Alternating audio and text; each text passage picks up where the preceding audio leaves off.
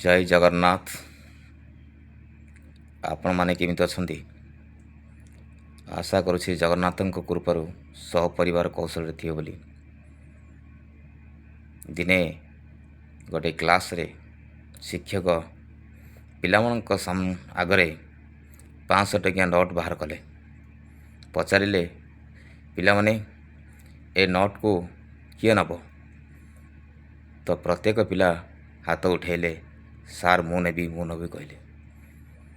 Sir ଶେଷରେ ଦେଖିଲେ ସେହି ନୋଟ୍ଟିକୁ 500 ଟଙ୍କିଆ ନୋଟ୍ଟିକୁ ହାତରେ ମୁଦାମୁଦି କରି ବାହାର ମାଟିରେ ଫୋପାଡ଼ି ଦେଲେ। ପୁଣି ସାର୍ ପଚାରିଲେ, ଏବେ ସେ ନୋଟ୍ଟିକୁ ମୁଦାମୁଦି କରି ବାହାରେ ଫୋପାଡ଼ି ଦେଇଛି, ଆପଣ ମଧ୍ୟ କିଏ ନେବ? ତ ପିଲାଟି କହିଲା, ସାର୍ ମୁଁ ନେବି। ତ ସେହିପରି ଟଙ୍କାର ମୂଲ୍ୟ ମୁଦାମୁଦି କରି ବାଲିରେ ଫୋପାଡ଼ି ଦେଲେ ବି ତା'ର ମୂଲ୍ୟ ଅଛି।